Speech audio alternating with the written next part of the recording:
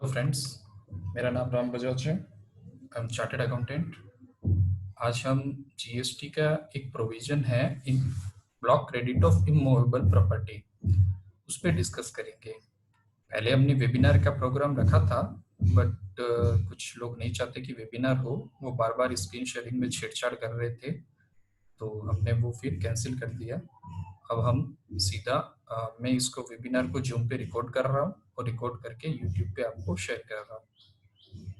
तो construction of immovable property, ये GST में अपने ब्लॉक है section 17 sub section 5 close D में। इतना तो हम सबको पता है कि नॉर्मली जो अपने भी जानने में है कि अगर कोई आदमी कंस्ट्रक्शन करवाता है इमूवेबल प्रॉपर्टी का, तो उसका उसको आईटीसी नहीं मिलेगा। ये सबको पता है। अब ग्रुप ऑफ द मैटर ये है कि इसमें किस जगह अलाउ है और इसको अपन कैसे क्या ले सकते हैं। तो देखो 17(5)(c) वो डील करता है वर्क कॉन्ट्रैक्ट में ब्लॉक क्रेडिट का। 17(5)(d) करता है कंस्ट्रक्शन ऑफ इमूवेबल प्रॉपर्टी।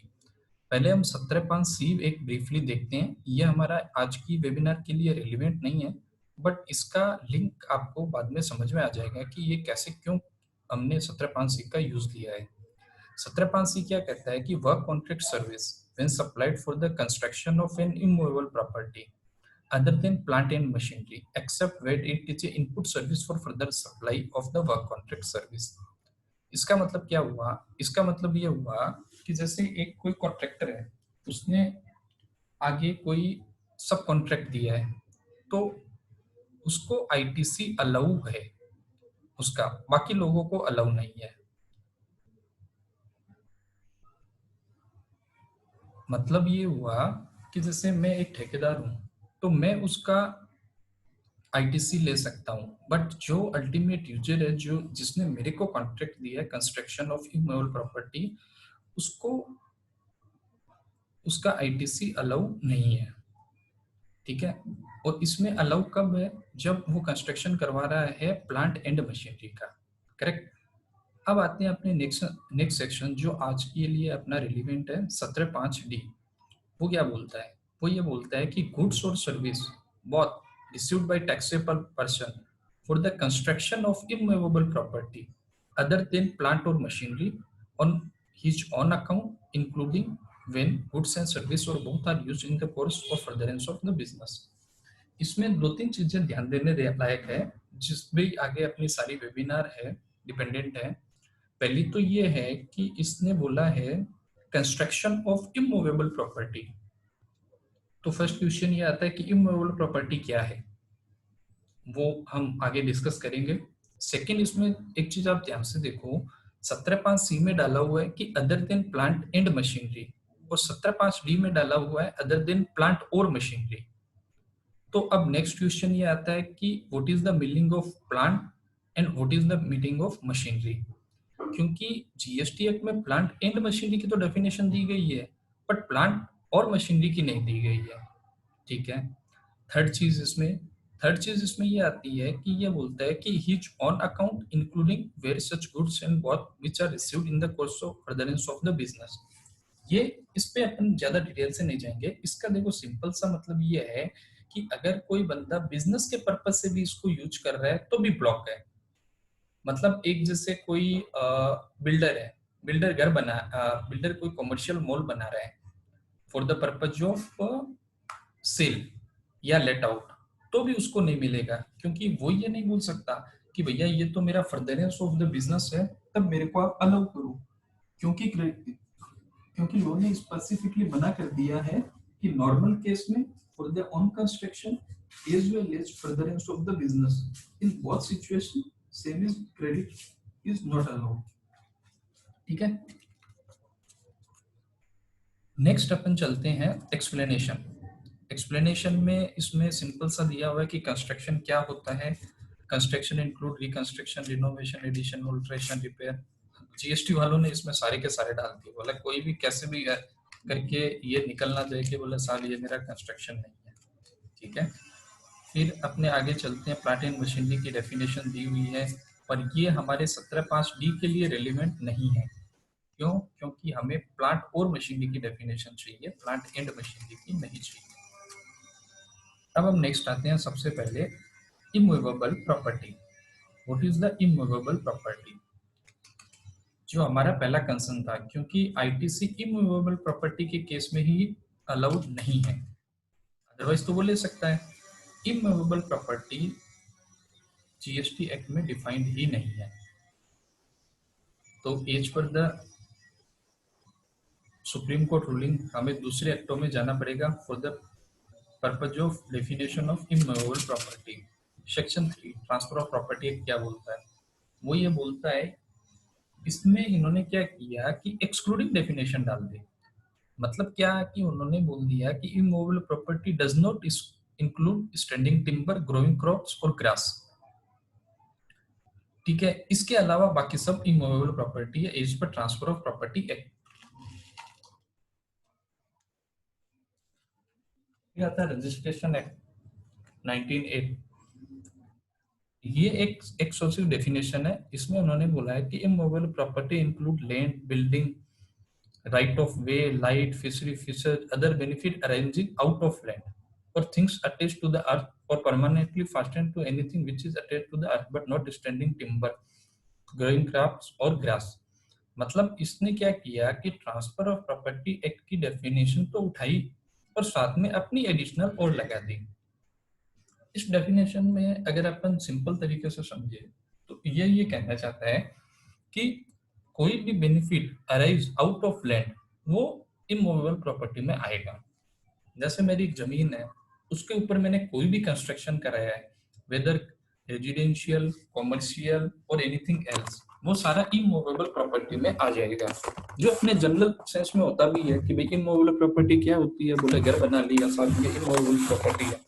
तो ये डेफिनेशन यहाँ से आई है। फिर हिंदुस्तान में एक एक्ट है अपने देश में, जनरल प्रोजेक्ट 1897। इस एक्ट का यूज क्या है? इस एक्ट का यूज ये होता है कि जैसे एज पर the constitution and supreme court ruling, ये प्रैक्टिकली पॉसिबल नहीं है कि हर चीज की डेफिनेशन हर लॉ दे या कोई लॉ दे। तो उसके लिए एक एक्ट बनाया गया था अंग्रेजों के जमाने में, जनरल क्लोज एक्ट। तो इंडियन लॉ में क्या होता है कि अगर कोई चीज की डेफिनेशन उस एक्ट में नहीं दी हुई या उसके नियरेस्ट एक्ट में नहीं दी हुई, और अगर जनरल प्रोजेक्ट 1897 में दी हुई है तो वो अप्लीकेबल है।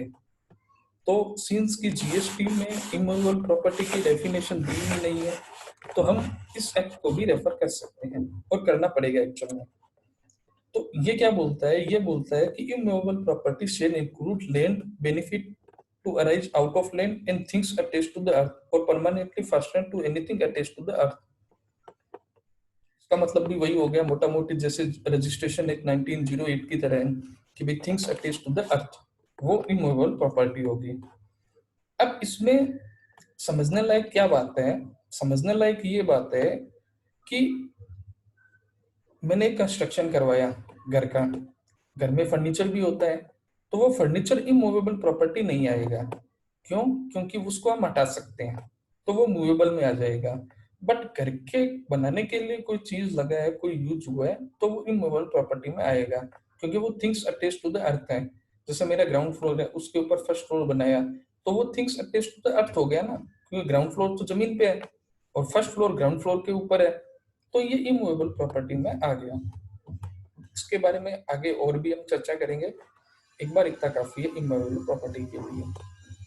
हाँ, इसमें एक और सुप्रीम कोर्ट की रूलिंग है, उसमें ये बोला गया है कि the door of the building are movable and can be removed, but same are integral part of the building so to be immovable property.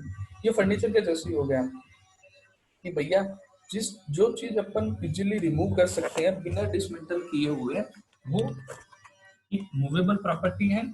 जो डिसमेंटल करने पे खराब हो जाएगी, मतलब हटाने पे डिसमेंटल हो जाएगी, वो इमूवेबल प्रॉपर्टी है। करेक्ट? तो आई होप कि मतलब आपको ब्रीफली समझ में आ गया होगा इमूवेबल प्रॉपर्टी के बारे में।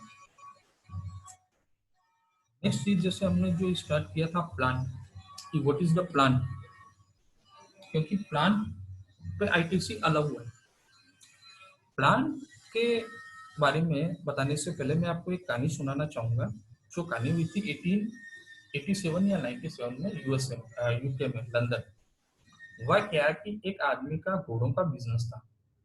तो उसके स्टाफ को एक घोड़े ने लात मार दी। तो वो बंदा क्या किया, वो गया कोर्ट में, यूके कोर्ट में वहां के।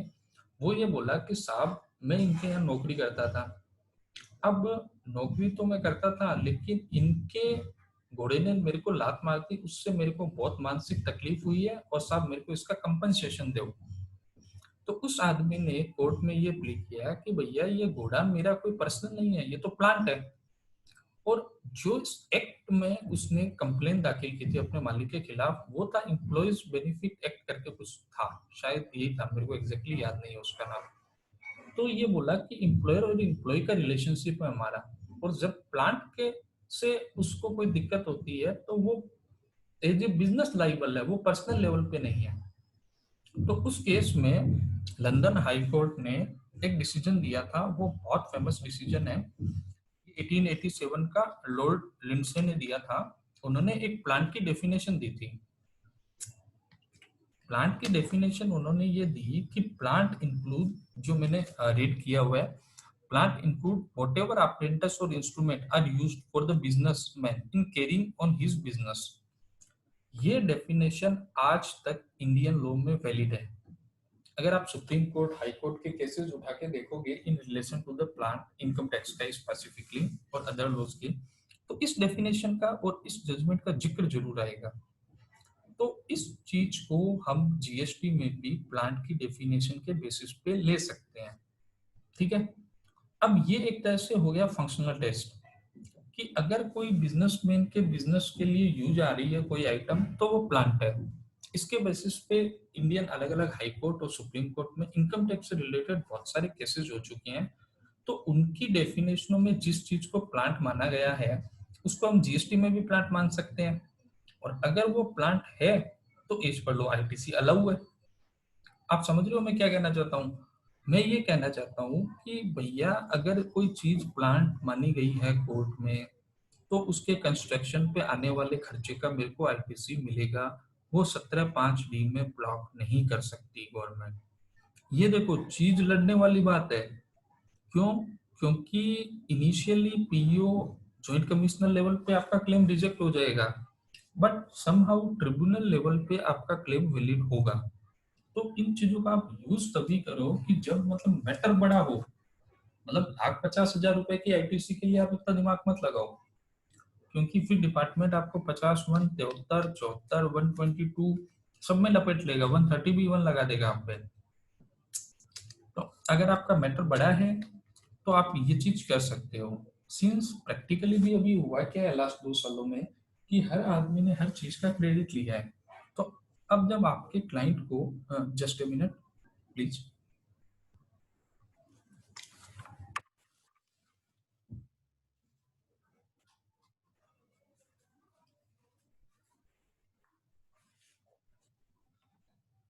सॉरी।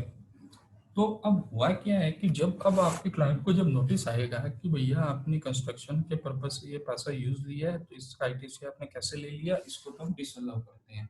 तब ये चीजें डेफिनेशन आपके काम आएगी डिपार्टमेंट से लड़ने के लिए। ठीक है। तो प्लांट का क्या क्या डिसीजन आया हुआ है, मैंने ब्रीफ में कुछ एक डिसीजन डाले हैं। आई होप कि same will useful for you. Supreme court ने सुंदरम मोटर्स के केस में बोला था कि electric fence and other office appliance are plant. तो प्लांट है तो उसका आईटीसी मिल जाएगा।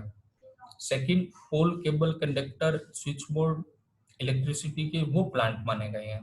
क्यों? क्योंकि अपन जैसे आप एक सिंपल सी चीज समझो कि मैंने घर का रिनोवेशन करवा रहा हूँ, तो मैं पोल केबल वो निकाल के वापस में तो यूज ले सकता हूँ। तो वापस अगर यूज ले सकता हूँ तो वो फिर मूवेबल प्रॉपर्टी हो गई, क्योंकि मेरा निकालने पे वो डिसमेंटल नहीं हुई, बेकार नहीं हुई। इसलिए इस बेसिस पे अलाउ किया गया था। फिर एक बहुत फेमस केस हुआ था जेपी जायसवाल का। तो उसमें ये बोला गया था कि जो होटल बिल्डिंग है वो भी प्लांट है। ठीक है। वो इस डिसीजन को फॉलो किया था केरला हाई कोर्ट ने भी, होटल लुसिया के केस में। बहुत अच्छा डिसीजन है, मतलब वर्थ वर्थ रीडिंग डिसीजन है, चाहिए आपको। फिर इसी डिसीजन के बेसिस पे एस के तुलसी के केस में ये बोला गया था कि थिएटर बिल्डिंग भी प्लांट है। और उस चीज को इलाहाबाद हाई कोर्ट ने कंडोलिया वेयर हाउसिंग के केस में भी फॉलो किया था। ये Kandolia warehousing case supreme court में भी गया था और एसएलपी सुप्रीम कोर्ट ने रिजेक्ट कर दी थी कि भैया जो हाई कोर्ट ने बोला है वो सही है। कि डॉक्टर बी वेंकट राव का केस था कर्नाटक हाई कोर्ट का, उसमें नर्सिंग होम को प्लांट माना गया था। फिर जगदीश चंद्रन का केस था, लाइट फिटिंग सीलिंग इन सबको प्लांट माना गया था, जो पहले भी यहाँ पे माना गया था आपके सुंदरम मोटर्स के केस में और हुसैन एंड कंपनी के केस में। फिर होटल ताजमहल का एक केस आया था, उसमें सैनिटरी पाइपलाइन फिटिंग को भी प्लांट माना गया था। क्यों? क्योंकि अपने को भी बताया भाई ताजमहल होटल में इतने बड़े बाथरूम और इतनी सैनिटरी लगाते हैं वो लाखों रुपए की, तो ताजमहल वाले फैल गए, मतलब साहब हमें तो आईटी इसका प्लांट पे लेके हम गए तो इसका डेप्रिसिएशन लेना है, और डिपार्टमेंट ने मना कर दिया। तो लास्ट में ये केस सुप्रीम कोर्ट गया था, तो सुप्रीम कोर्ट ने इस चीज पे हाँ भरी थी। फिर एक केस था जियाजी राव का, उन्होंने बोला कि स्टोरेज टैंक प्लांट नहीं होगा। लॉजिक भी सीधा सा है कि भाई एक मैंने स्टोरेज टैंक बनाया, अब उसको मैंने अगर हटाया तो वो तो डिसमेंटल हो जाएगा, मैं इज इस सिचुएशन में उसको कहीं दूसरी जगह नहीं लगा सकता, तो दैट्स वाई वो मेरा प्लांट नहीं है।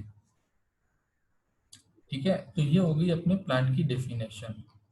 अब आते हैं अपने मशीन की डेफिनेशन पे, क्योंकि उसमें एक वर्ड और लिया गया है, प्लांट और मशीनरी। ये देखिए, ये रहा। तो मशीनरी की दो डेफिनेशन है, एक हिंदी की है, एक इंग्लिश की है। हिंदी की जो डेफिनेशन है वो दी है रणछोड़दास श्यामलदास चांचड़ ने। उन्होंने ये बोला कि पेंट की चिप से लेके मशीन की निब तक सब मशीन है। और इंग्लिश की दी थी साइलेंसर ने। मेरे कहने का मतलब ये है कि ये तो फनी थिंग्स में मैं चला गया था, बट फैक्ट ये है कि मशीन की कोई डेफिनेशन है नहीं। जो चीज़ मशीन है उसका मिलेगा, तब वो कुछ भी हो सकती है। थ्री इडियट में बोला भी गया था। तो इसलिए हम मशीन की डेफिनेशन में ज़्यादा नहीं जाएंगे। अब लास्ट में हम आते हैं कुछ एक केस फ्लोज जो डबल या रूलिंग से रिलेटेड है। सफारी का भी हम हल्का सा जिक्र करेंगे, डिस्कस करेंगे, पर उससे पहले ये केस फ्लो कर लेते हैं। इनमें जो चीज़ें डिसीजन दिया था वो जो मैंने आपको अर्लियर बताया वो लगभग वो सारी वही चीज़ें हैं।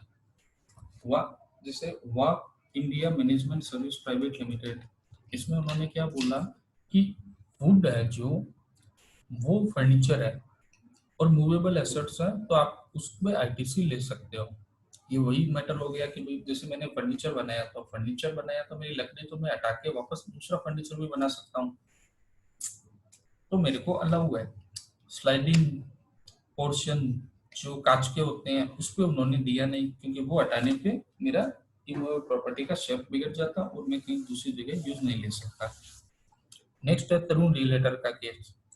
उसमें उन्होंने क्या बोला कि इलेक्ट्रिक वायरिंग ट्रांसफार्मर वगैरह ये सब चीजें कोई प्रॉपर्टी से रिलेटेड है।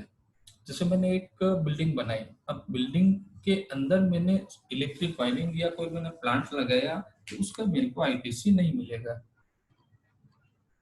नेक्स्ट वेंकट वर्षा लक्ष्मी महल एलएलपी का बहुत अच्छा केस है। इस केस में हुआ क्या कि उसने एक मैरिज गार्डन बनाया, तो वो गई आई डबल ए आर रूलिंग के पास on the basis of Safari case.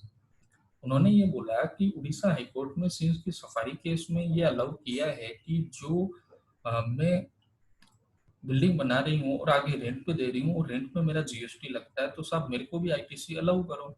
But since आपको भी पता है कि डबल आर रूलिंग में ज्यादातर डिपार्टमेंट के आदमी बैठते हैं, उन्होंने मना कर दिया था। मना इस बेसिस में किया था कि सफारी केस में 17(5)(b) को वॉइड नहीं करार किया गया था, उसमें एक ओपिनियन लिया गया था, तो वो डबल आर वालों ने माना नहीं। फिर बहल पेपर का केस है, उन्होंने ये बोला कि सैनिटरी बाथरूम फिटिंग्स वगैरह पे आईटीसी अलाउ नहीं है क्योंकि वो इंटीग्रल पार्ट है बिल्डिंग का, बट फर्नीचर का उन्होंने दे दिया था। फिर रामबाग पैलेस होटल का एक केस था, उस ये भी बहुत अच्छा केस था। राजस्थान का फेमस होटल है रामबाग पैलेस, ये 5 स्टार होटल है। हुआ क्या, इसका आपको रिपेयर के साथ लिंक करो तो ज्यादा बेटर क्लियरिटी होगी।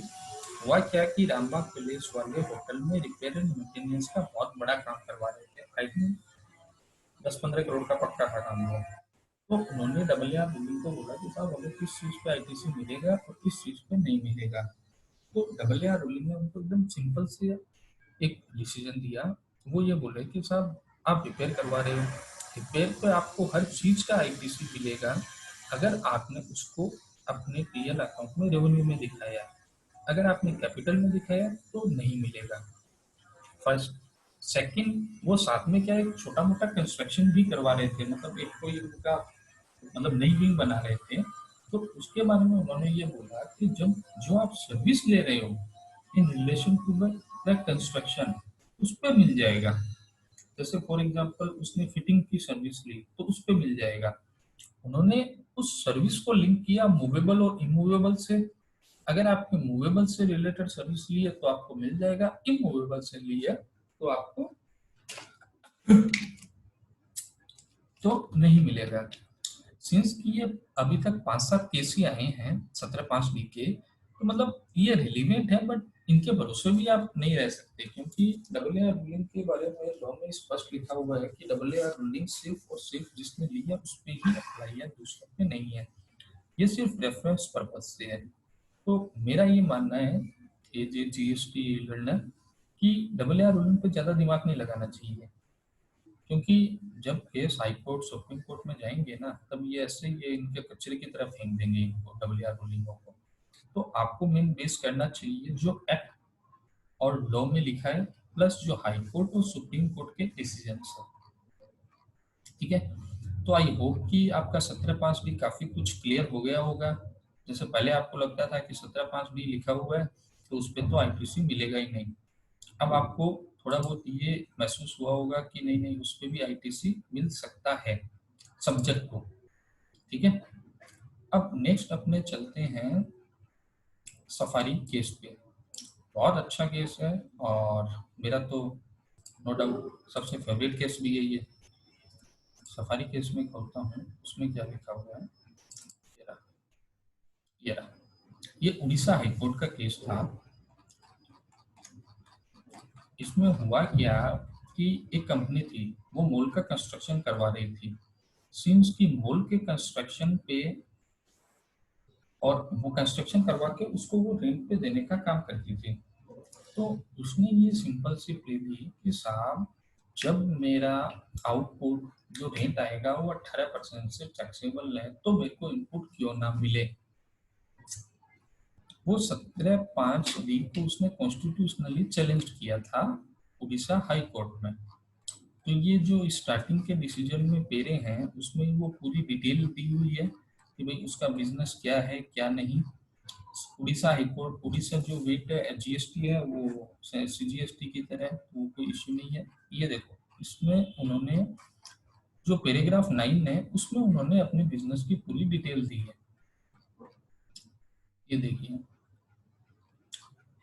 ठीक है। पैराग्राफ जो 17 है उसमें ब्लॉक क्रेडिट का हाईकोर्ट ने पूरा जिक्र किया है।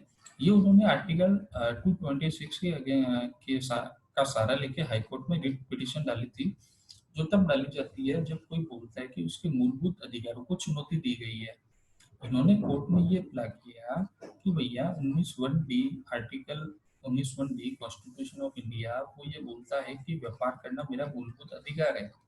तो साहब ये मेरा मूलभूत अधिकारों पे हनन है। ये देखिए 19(1)(d) पे लाई fundamental right, right for the business. ठीक है। तो उसके लिए उन्होंने डाला है। अब हाई कोर्ट में इस केस में पता है आपको सबसे इंटरेस्टिंग चीज क्या थी जो मेरे को लगी, वो ये थी कि कस्टमर ने प्लांट की डेफिनेशन के बारे में जिद किया ही नहीं डिसीजन में कि भैया ये कंस्ट्रक्शन प्लांट में आता है तो प्लांट अलाउ है तो आप मेरे को दो।